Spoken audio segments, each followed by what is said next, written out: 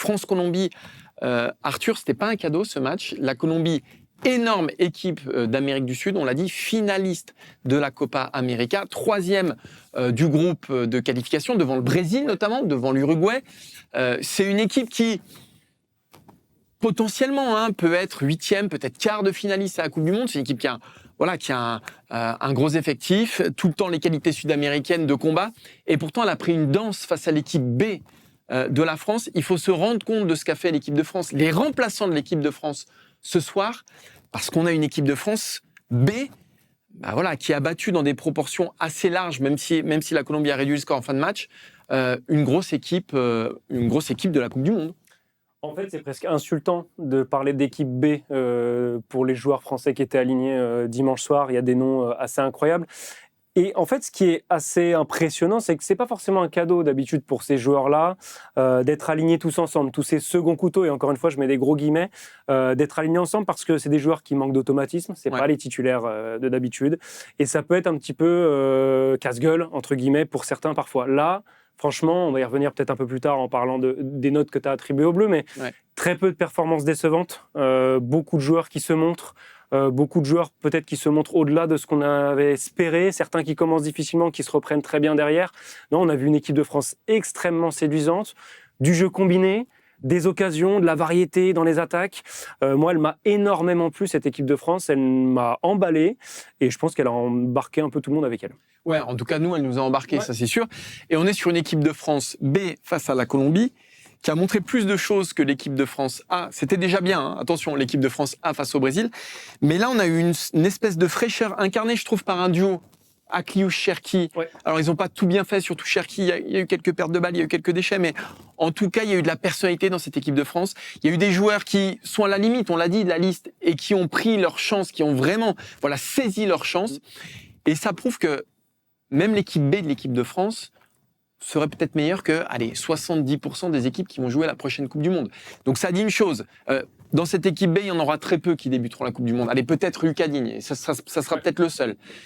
Ça dit la densité du réservoir de cette équipe de France, ça dit aussi la menace de cette équipe de France. Ça ne veut pas dire qu'elle ira au bout à la Coupe du Monde, mais c'est peut-être l'effectif aujourd'hui le plus dense, on le savait déjà, le plus varié, le plus costaud. Deschamps, à chaque poste ou presque, peut-être il manque des solutions un peu plus fiables au niveau des ailes, mais en tout cas, que ce soit au milieu de terrain où tu as 4 mecs qui sont monstrueux, et je parle pas même de devant où là tu as 8, 9 mecs qui peuvent faire le taf. Je pense que, en tout cas, offensivement, on a un pouvoir de nuisance, un réservoir qui est inégalé au monde. Et je trouve que c'est pas une nouveauté, mais c'est un point fort sur lequel il va falloir s'appuyer. Ouais, c'est pas une nouveauté, mais en tout cas, dans le discours qu'on est en train d'avoir, c'est peut-être une nouveauté par rapport au milieu de terrain. Parce que l'attaque, on en a beaucoup parlé. Ouais. Le milieu de terrain, c'est presque un secteur ces derniers temps, ou en tout cas, il y a quelques semaines, quelques mois en arrière, on pouvait se dire, tiens, il y a peut-être une petite faiblesse. On était presque un peu nostalgique de certains ex-milieux de terrain qui étaient un peu plus dominants que ça. Toujours nostalgique de Pogba. Pogba, Kanté est toujours là, mais la paire Pogba-Kanté, on est toujours un petit peu nostalgique. Mais on a vu un Tchouaméni qui a traversé une période de creux. Alors, on remonte un peu plus longtemps en arrière. Là, il a retrouvé un très, très bon niveau avec le Real Madrid. Mais je suis très content, personnellement, de voir une doublette remplaçante, entre guillemets, être aussi rayonnante dans l'entrejeu. Kanté, Zahir Emery. Ils ont été monstrueux. Ah ouais, exceptionnel. Zahir Emery, le début de match de Zahir Emery. Là où Kanté est peut-être rentré un peu plus comme un diesel dans ce match-là.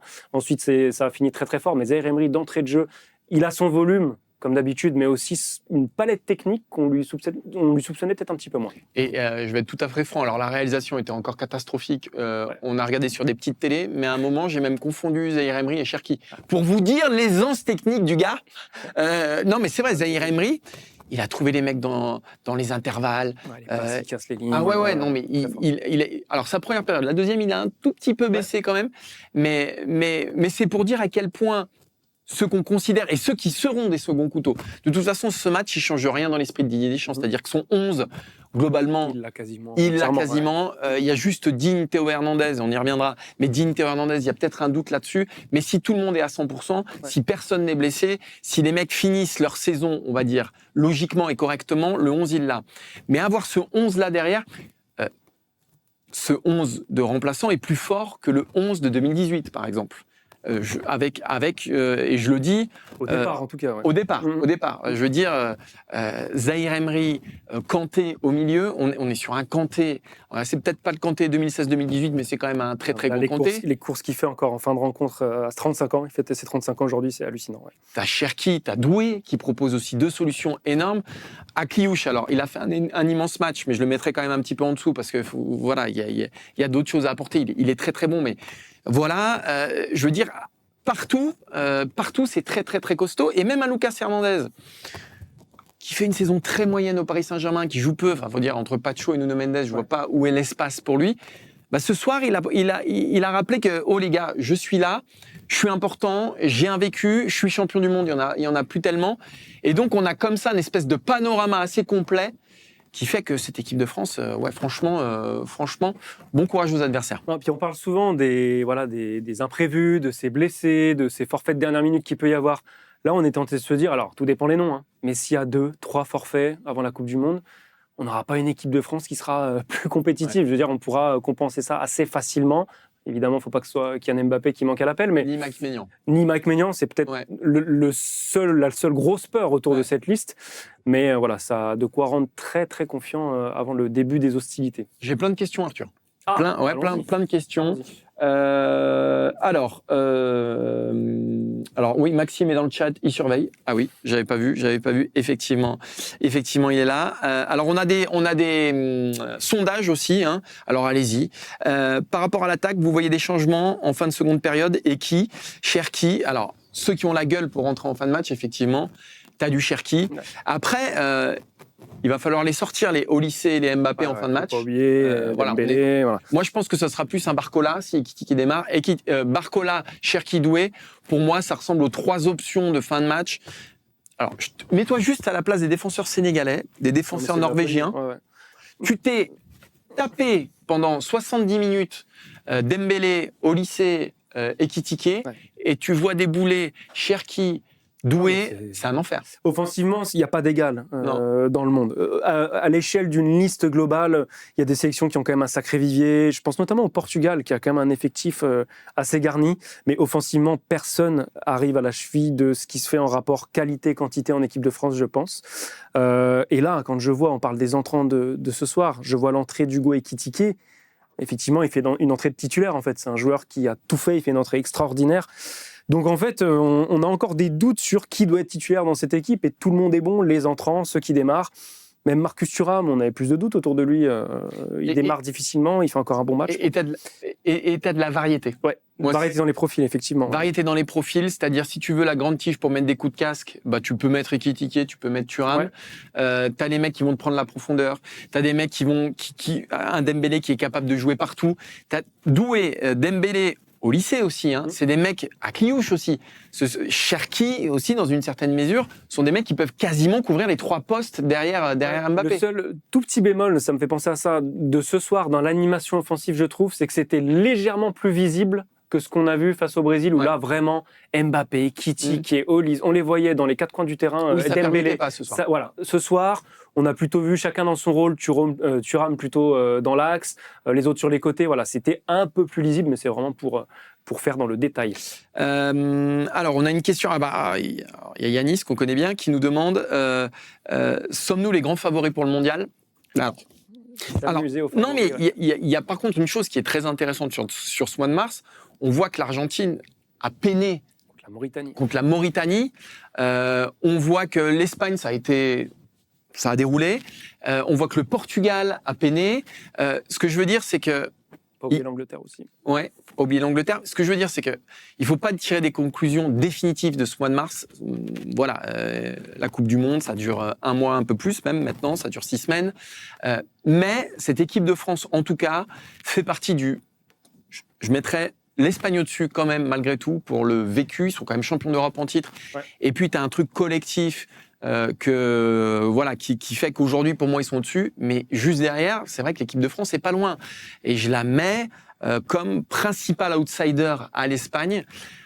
pour ce qu'on a expliqué. C'est-à-dire, moi, le seul truc qui m'inquiète dans cette équipe de France, c'est comment elle va gérer son allant offensif, le fait qu'elle a changé d'ADN quand même, que c'est une équipe qui va vraiment pencher vers l'avant. Est-ce que ça va résister à une compétition comme la Coupe du Monde? Est-ce que ça va résister à des oppositions, pas forcément au premier tour, mais quoique c'est déjà costaud, mais est-ce que ça va résister à des oppositions telles que l'Espagne, que le Portugal, que l'Angleterre? Est-ce que Deschamps va rester droit dans ses bottes et garder ces quatre-là de devant? Est-ce que c'est une équipe qui va réussir à garder son équilibre? Si elle y arrive, je pense qu'elle sera pas très loin de la troisième étoile. Voilà, c'est ça, en fait, tous les grands entraîneurs te diront l'important, c'est pas ton système ou les joueurs que tu alignes, c'est ton animation. Donc, si sur les côtés, tu as... Alors là, on pense plus à Barcola qui a équilibré spontanément pour le travail défensif. Ouais. Si de l'autre côté, Dembélé fait aussi les efforts qu'on l'a vu faire défensivement au PSG, tout va être une question de compensation. Et si les quatre joueurs qu'on a le plus vus au milieu de terrain sur ce rassemblement, les deux titulaires, Tchouaméni, Rabiot, les deux remplaçants de ce soir, Kanté, Zaïre Emery, s'ils affichent le même volume dans les compensations, dans les courses, dans le travail défensif, honnêtement, je ne suis pas forcément inquiet. Là où je serais plus inquiet, c'est plus dans les couloirs, mais peut-être qu'on y viendra après. En tout cas, les défenseurs latéraux. Alors, il y a 1979 Fluide. C'est un drôle de prénom, ses parents ne doivent pas l'aimer beaucoup. Qui nous dit on a juste un problème de défense. Et c'est vrai que je dirais que par rapport à 2022 et même par rapport à 2018, disons que tu as une charnière Upamecano-Saliba. Tu as quand même juste un des meilleurs défenseurs centraux de Bundesliga avec un des meilleurs défenseurs centraux de Première Ligue. Mais derrière ça, c'est vrai que... C'est comme au cash, il ne faut pas que ça se blesse. Faut pas que ça se blesse. Alors, Lucas Hernandez, il fait un gros match. Maxence Lacroix, il fait un gros match. Konaté fait un bon match aussi contre le Brésil. Mais malgré tout, alors, je pense que ces trois-là feraient le bonheur de 90% des sélections à la Coupe du Monde. Mais il y a un gap entre Upamecano, Saliba et les autres. Et sur les côtés, quand même, tu as un Koundé. Ouais, c'est la vraie faiblesse de cette équipe de France, et c'est peut-être la seule qui lui reste aujourd'hui, c'est les couloirs, c'est les latéraux. Qui est titulaire? Alors, à son meilleur niveau, à droite, Koundé, il n'y a pas photo. Koundé, il n'y a pas de débat. À gauche, qui est titulaire aujourd'hui. Ouais.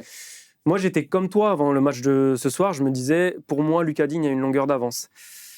Par quoi il est rattrapé, je ne sais pas. Mais Digne, il a une chance de montrer que ça doit être lui, le latéral gauche titulaire d'équipe de France. Il ne la saisit pas. Donc, comment Deschamps va faire son choix maintenant?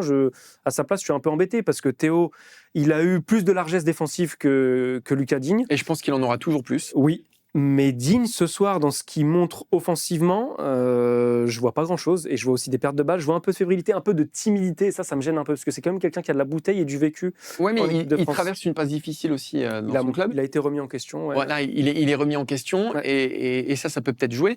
Mais moi, au-delà de ça, c'est le niveau de Koundé qui m'inquiète. C'est-à-dire que à droite, il y a toujours eu, depuis quand même quelques années en équipe de France, une interrogation. Koundé avait fait voler en éclats tous les doutes autour de... Voilà, il fait un super Euro, notamment. Enfin, on se disait Koundé, solution fable. L'an dernier, c'est quasiment le meilleur arrière-droit du monde. Il a un volume, il grandit d'un coup. Et l'enchaînement des matchs, je pense qu'il y a plein de choses qui font que... Et aujourd'hui, Koundé, c'est plus le Koundé de l'an dernier. Malo Gusto, ça me paraît un peu tendre aussi. Et effectivement, à gauche, c'est pas le Théo Hernandez de 2022, c'est pas le Théo Hernandez de la Ligue des Nations 2021 où il avait explosé. Donc, il y a un vrai souci sur ces côtés-là en équipe de France. Et effectivement, la défense me paraît être... Alors, ta défense, si c'est Koundé, Upamecano, Saliba, Lucas Digne ou Théo Hernandez, ça reste quand même... Sur le papier, c'est très sérieux. Hein. Sur le papier, c'est très, très sérieux, mais moins de garantie que le reste de l'équipe. Je pense que si Didier Deschamps veut avoir 3 options pour chaque poste, comme il l'a annoncé plusieurs fois en conférence de presse, c'est en partie pour ses postes de latéraux. On pense à Warren Zaïre Emery qui peut aussi dépanner latéral droit comme il l'a très bien montré au PSG cette saison, à Eduardo Camavinga qui a priori, si on en croit les rotations effectuées pendant ce rassemblement, est plutôt amené à être le 5-6e homme au milieu de terrain, lui peut dépanner arrière gauche. À voir, ça peut être des options aussi. Après, je termine juste en disant qu'on a été champion du monde avec Pavard, Lucas Hernandez, qui sont deux mecs que tu n'avais pas vu arriver. Évidemment. Je crois qu'ils sont à 5 et 6 sélections les deux avant le début de la Coupe du Monde. Tu te dis que tu vas avoir Sidibé et Benjamin Mendy. Ils sautent au début de la Coupe du Monde. Ça n'empêche pas la France d'être championne du monde. Donc voilà, pas d'inquiétude outre mesure.